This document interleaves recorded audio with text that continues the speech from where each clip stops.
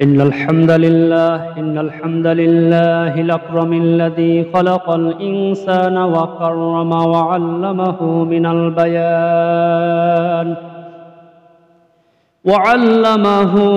البيان ما لم يعلم فسبحان الذي لا يحصى امتنانه باللسان ولا بالقلم ونشهد أن لا إله إلا الله وحده لا شريك له ونشهد أن سيدنا وحبيبنا ومولانا محمدًا عبد الله ورسوله الذي أرسله بالحق بشيرا ونذيرا وداعيا إلى الله بإذنه وسراجا منيرا أما بعد فقد قال الله تعالى في كلامه المجيد وفي فرقانه الحميد أعوذ بالله من الشيطان الرجيم بسم الله الرحمن الرحيم لن تنالوا البر حتى تنفقوا مما تحبون وما تنفقوا من شيء فإن الله به عليم إن الله وملائكته يصلون على النبي يا أيها الذين آمنوا صلوا عليه وسلموا سبحان الله হযরত ফাতিমা রাদিয়াল্লাহু তাআলা আনহা সম্পর্কে আল্লাহ রাসূল সাল্লাল্লাহু আলাইহি সাল্লাম বলেছেন যে আমার ফাতিমাকে কষ্ট দেয় সে আমাকে কষ্ট দেয়। আল্লাহ রাসূল সাল্লাল্লাহু আলাইহি সাল্লাম মেয়েদেরকে ভালোবাসতেন, মহব্বত করতেন, অথচ আজকে দেখা যায় আমার ছেলে সন্তান হলে আমরা খুব খুশি, মেয়ে হলে খুশি নয়। কথা বলেন ঠিক কিনা? মেয়ে দেন কে? জোরে বলেন। আল্লাহ তাআলা। ছেলে দেন কে? আল্লাহ তাআলা। যে আল্লাহ রাব্বুল আলামিন ছেলে দেন, মেয়ে দেন, আবার কাউরে কিছুই দেয় না। কথা বলেন ঠিক কিনা? অথচ আজকে আমরা আমাদের স্ত্রীদের দোষ দিয়ে থাকি। এমনকি আমাদের দেশে স্ত্রীদেরকে তালাক পর্যন্ত দেয়, যদি ছেলে সন্তান জন্ম না নেয় তালাক পর্যন্ত হয়ে যায়। আল্লাহ রাব্বুল আলামিন কাউকে দিয়ে পরীক্ষা করেন, আবার কাউকে না দিয়ে পরীক্ষা করেন। আল্লাহ রাব্বুল আলামিন আপনাকে যেভাবে রাখেন সেইভাবেই আল্লাহ তাআলা শুকরিয়া আদায় করতে হবে। আল্লাহ তাআলা বলেছেন লা ইন শাকারতুম লা আযীদান্নাকুম, যারা আমার নিয়ামত পেয়েছে তারা যেন আমার নিয়ামতের শুকরিয়া আদায় করে। জোরে বলেন সুবহানাল্লাহ। আর যারা আমার নিয়ামতের শুকরিয়া আদায় করবে না, ওয়ালা ইন কাফারতুম ইন্না আযাবি লাশাদীদ, আল্লাহ তাআলা বলেছেন তাদেরকে কঠিন আযাবের মধ্যে গ্রেফতার করা হবে। হযরত আলী রাদিয়াল্লাহু তাআলা আনহু আবার রাসূল সাল্লাল্লাহু আলাইহি সাল্লামের কাছে গেলেন। ইয়া রাসূলুল্লাহ সাল্লাল্লাহু আলাইহি ওয়াসাল্লাম, আমি তো বিবাহ করব কিন্তু আমার কাছে টাকা নাই, পয়সা নাই, অর্থ নাই, সম্পদ নাই, তাহলে ফাতেমাকে আমি কেমন করে বিবাহ করব? রাসূল সাল্লাল্লাহু আলাইহি সাল্লাম বললেন, আলী রে, তোমার কাছে যদি টাকা পয়সা না থাকে তাহলে তো তোমাকে মহারানা দিতে হবে। মহারানা দেওয়া সকল পুরুষের জন্য ফরজ করেছেন আল্লাহ তাআলা। হযরত আলী রাদিয়াল্লাহু তাআলা আনহুকে বললেন, আলী রে, তোমার কাছে কি আছে? হযরত আলী রাদিয়াল্লাহু তাআলা আনহু বলছেন, ইয়া রাসূলুল্লাহ, আমার কাছে একটা ঢাল আছে। জোরে বলেন আল্লাহু আকবার। রাসূল সাল্লাল্লাহু আলাইহি সাল্লাম বললেন, আলী রে তুমি দেরি করো না, তাড়াতাড়ি চলে যাও বাজারে, তোমার ঢাল বিক্রি করে আসো। হযরত আলী রাদিয়াল্লাহু তাআলা আনহু ঢালটা বিক্রি করার জন্য রওনা দিয়েছে। পথের মধ্যে হযরত ওসমান রাদিয়াল্লাহু তাআলা আনহুর সঙ্গে দেখা হয়ে গেছে। হযরত ওসমান রাদিয়াল্লাহু তাআলা আনহু নবীজির দুই মেয়েকে বিবাহ করেছিলেন, যাকে জিন্নুরাইন বলা হতো। হযরত ওসমান রাদিয়াল্লাহু তাআলা আনহু আলীর দিকে তাকায় বলে, আলী রে তুমি কোথায় যাচ্ছ? হযরত আলী বলে, ও ভাই ওসমান, আপনি তো জানেন না আপনার শালিকা ফাতিমাতুজ জোহরা রাদিয়াল্লাহু তাআলা আনহাকে বিবাহ করব, আমার কাছে টাকা নাই, পয়সা নাই। নবীজি বলেছেন মহারানা দিতে হবে, সেজন্য আমি ঢাল বিক্রি করার জন্য বাজারে যাচ্ছি। হযরত ওসমান রাদিয়াল্লাহু তাআলা আনহু ধনী মানুষ ছিলেন। হযরত ওসমান রাদিয়াল্লাহু তাআলা আনহু বললেন, আলী রে তোমার ঢাল কত বিক্রি করবে, কয় টাকায় বিক্রি করবে? হযরত আলী বলে, যা হয় আমি দিয়ে দিব। হযরত ওসমান রাদিয়াল্লাহু তাআলা আনহু খুশি হয়ে ঢাল কিনে নিলেন। আর হযরত আলী রাদিয়াল্লাহু তাআলা আনহুকে বললেন, আলী রে এই ঢাল আমার লাগবে না, ঢাল তুমি নিয়ে যাও, টাকাও নিয়ে যাও, ঢাল আমার লাগবে না, আমি যে কিনে নিয়েছি আবার তোমাকে হাদিয়ে দিলাম। সুবহানাল্লাহ বলেন। আর একটা এখানে কথা, হযরত ওসমান বলতে পারতেন যে আমার শালিকার বিবাহ হবে আর আমি জানি না। এখন তো শালিকার বিবাহ দিলে আগে তার দুলাভাইকে খবর দিতে হয়, কথা বলেন ঠিক কিনা? আবার যখন কোনো মেয়েকে বিবাহ করতে যাবেন, তার যদি দুলাভাই থাকে তাকে খবর দিয়ে নিয়ে যেতে হয়। ওই মেয়েকে দেখা তার জন্য হারাম না হালাল? জোরে বলেন। হারাম। আপনি যাকে বিবাহ করবেন আপনার স্ত্রীকে আপনি দেখতে পারবেন, এমনকি আপনার পিতাও দেখতে পারবে না। অনেক সময় দেখা যায় অনেক পিতাও তার ছেলের জন্য পুত্রবধূকে দেখার জন্য গেছে, তাকে বিবাহের জন্য পাগল হয়ে গেছে, কারণ তার জন্য সেটা হালাল ছিল। কিন্তু ওই ছেলে যখন বিবাহ করবে, বিবাহ করার পরে পুত্রবধূ তার শ্বশুরের সাথে দেখা করতে পারবে, কথা বলতে পারবে। আল্লাহ রাসূল সাল্লাল্লাহু আলাইহি ওয়াসাল্লাম এমন কোনো কথা নাই যা আমাদেরকে জানান নাই। এমনকি সাহাবায়ে কেরামকে বলতেন, বাল্লিগু আন্নী ওয়ালাউ আয়া, আমার পক্ষ থেকে যদি একটা বাণী পাও সেটা সকল মানুষের কাছে পৌঁছায় দাও। জোরে বলেন সুবহানাল্লাহ। আমার ভাইয়েরা, হযরত আলী রাদিয়াল্লাহু তাআলা আনহুর সঙ্গে বিবাহ হয়ে গেল, তাদের জীবন শুরু হলো।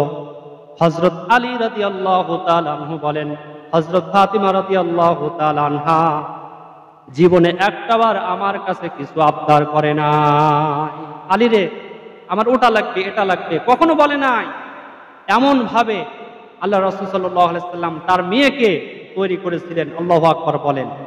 এরকম মেয়ে আমাদের দরকার, এইরকম মেয়ে তৈরি করা আমাদেরও দরকার।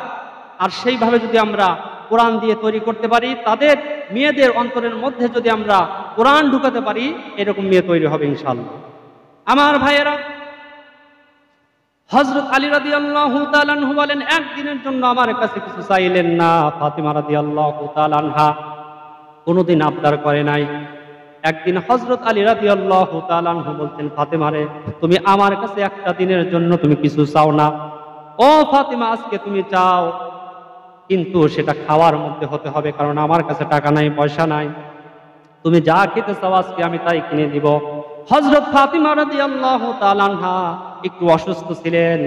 হযরত ফাতিমা রাদিয়াল্লাহু তাআলা আনহা বললেন, আলী রে আমাকে যদি খাওয়াতে চাও একটা ডালিম আমার জন্য নিয়ে আসো। একটা ডালিম খেতে চেয়েছে। হযরত আলী রাদিয়াল্লাহু তাআলা আনহু ওই বেদানা আনার কেনার জন্য, ডালিম কেনার জন্য তিনি বাজারে রওনা দিয়েছেন। বাজার থেকে একটা ডালিম কিনে তার টাকা শেষ, আর টাকা নাই। হযরত আলী রাদিয়াল্লাহু তাআলা আনহু ডালিমটা সাথে নিয়ে যখন বাড়ির দিকে রওনা দিয়েছে ফাতেমাকে খাওয়াবে, পথের মধ্যে আল্লাহ রাব্বুল আলামিন একজন ফেরেশতাকে পাঠিয়ে দিলেন, ফেরেশতারে যাও আমার আলীকে তুমি পরীক্ষা করো, আমার আলীর কাছে তুমি ওই ডালিমটা চাও, দেখো তোমাকে দেয় কিনা। কারণ তার স্ত্রীর জন্য নিয়ে যাচ্ছে আজকে, তার কাছে আর কোনো টাকা নাই যে পরবর্তী সময় আবার কিনে খাওয়াবে।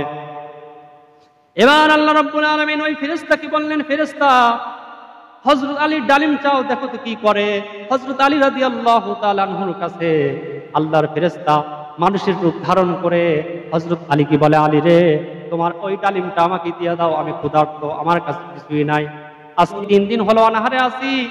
হযরত আলী রাদিয়াল্লাহু তাআলা আনহু সঙ্গে সঙ্গে আল্লাহর কোরআনে কারীমের একটি আয়াতের দিকে তাকালেন, সেটা হলো এই, লান তানালুল বিররা হাত্তা তুনফিকু মিম্মা তুহিব্বুন।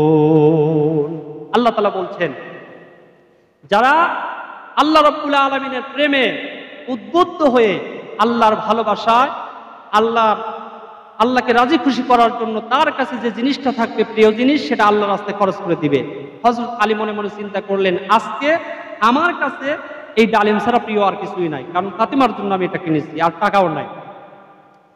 এবার যখন হযরত আলী রাদিয়াল্লাহু তাআলা আনহু ডালিম দেওয়ার পরে চলে এসেছেন ফাতিমাতুজ জোহরা রাদিয়াল্লাহু তাআলা আনহার কাছে, হযরত ফাতিমা রাদিয়াল্লাহু তাআলা আনহা লক্ষ্য করে দেখেন আলীর কাছে যেই ডালিম থাকার কথা ছিল ডালিম নাই।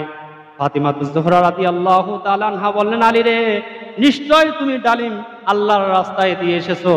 হযরত আলী রাদিয়াল্লাহু তাআলা আনহু বলছেন, ফাতিমা রে, আমি ডালিম কিনেছিলাম, কিন্তু পথের মধ্যে একজন পথিক আসলো আর বললাম ক্ষুধার্ত, আমি তাকে দিয়ে দিয়েছি। হযরত ফাতিমা তো বলতে পারতেন, একটা ডালিম কিনেছেন কেন, আমার জন্য আনেন নাই। হযরত ফাতিমা 1 সেকেন্ডের জন্য বললেন না, বরং হযরত ফাতিমা রাদিয়াল্লাহু তাআলা আনহা বললেন, আলী রে, আল্লাহর রাস্তায় বেশি করে দান করো। সুবহানাল্লাহ। আমাদের স্ত্রীদেরকে এই কথা বলে নাকি যে আমার জন্য আনা দরকার নাই, আমার হারের প্রয়োজন নাই, আমার টাকা পয়সা অর্থ সম্পদের প্রয়োজন নাই, এ কথা বলে?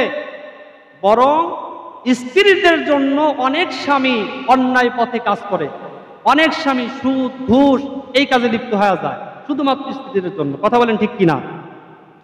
আমার ভাইয়েরা, হযরত আলী রাদিয়াল্লাহু তাআলা আনহুকে সান্ত্বনা দিচ্ছেন ফাতিমাতুজ জোহরা রাদিয়াল্লাহু তাআলা আনহা, আলী রে, তোমার কাছে যখন অর্থ সম্পদ আসবে তখনই আল্লাহর রাস্তায় খরচ করবে, কারণ আমি আমার হাবিবের মুখে, আমার আব্বাজানের মুখে শুনেছি, ইয়া সাকিয়া বিলাল, হে বেলাল, তুমি আল্লাহর রাস্তায় দান করো।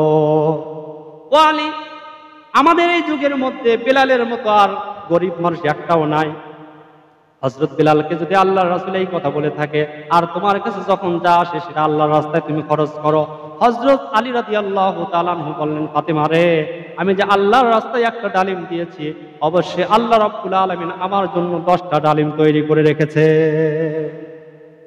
আল্লাহ তাআলা বলেছেন, মান জাআ বিল হাসানাতি ফালাহু আশরু আমসালিহা, যে ব্যক্তি আল্লাহর রাস্তায় 1 টাকা দিবে, আল্লাহ রাব্বুল আলামিন তার জন্য 10 টাকা বাজেট করে রেখে দিবে।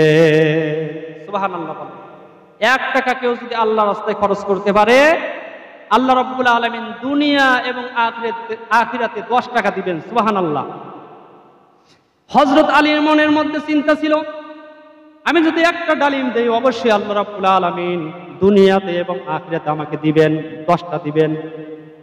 কিছুক্ষণ পরে আল্লাহর ফেরেশতাকে আল্লাহ রাব্বুল আলামিন জান্নাতি ফেরেশতাদেরকে অর্ডার করলেন, ফেরেশতারা রে, আলী পাস করেছে, ফাতিমাতুজ জোহরা রাদিয়াল্লাহু তাআলা আনহা পাস করেছে, আমার ফাতিমার জন্য, আমার আলীর জন্য জান্নাত থেকে 10টা ডালিম নিয়ে চলে যাও।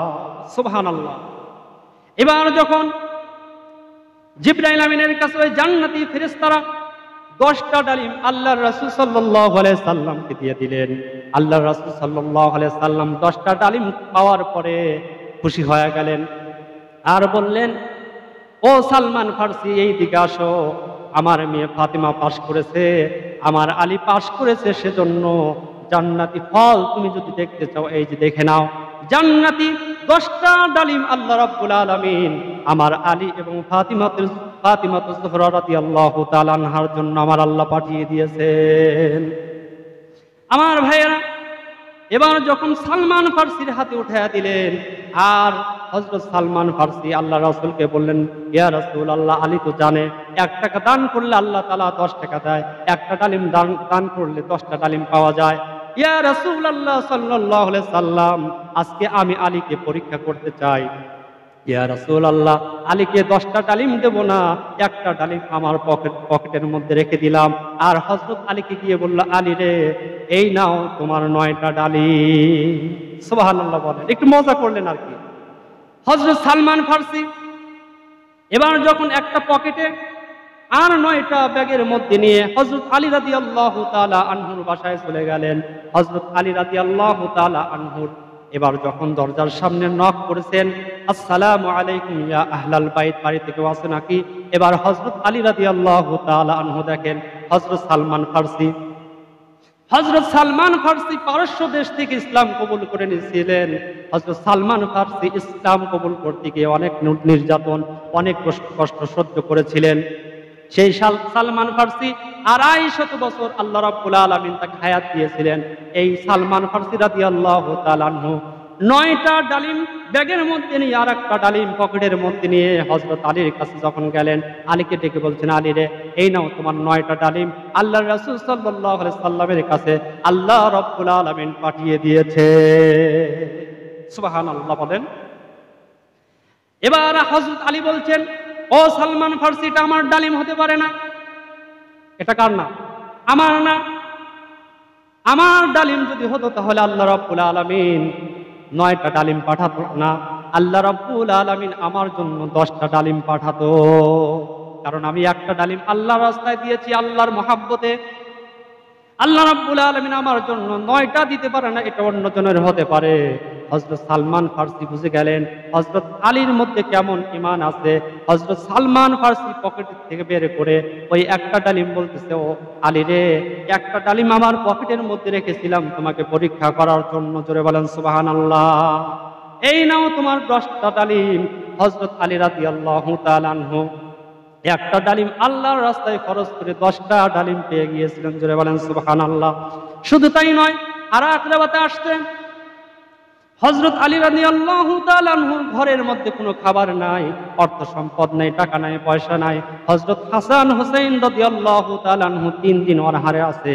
এবার যখন হযরত আলী রাদিয়াল্লাহু তাআলা আনহুর হাতের মধ্যে হযরত ফাতিমাতুজ জোহরা রাদিয়াল্লাহু তাআলা আনহা একটা ওড়না অথবা কিছু সুতা দিয়ে দিলেন, আর বললেন, আলী রে, এইটা বাজারে নিয়ে যাও, আর বাজারে বিক্রি করে আমাদের জন্য খাবার নিয়ে আসো। হযরত আলী রাদিয়াল্লাহু তাআলা আনহু ওই সুতাগুলো নিয়ে বাজারে গেলেন। বাজারে 6 দিরহাম বেচে দিলেন। 6 দিরহাম দিয়ে যা হয় খাবারগুলো কিনে পথের মধ্যে দিয়ে নিয়ে আসতেছেন।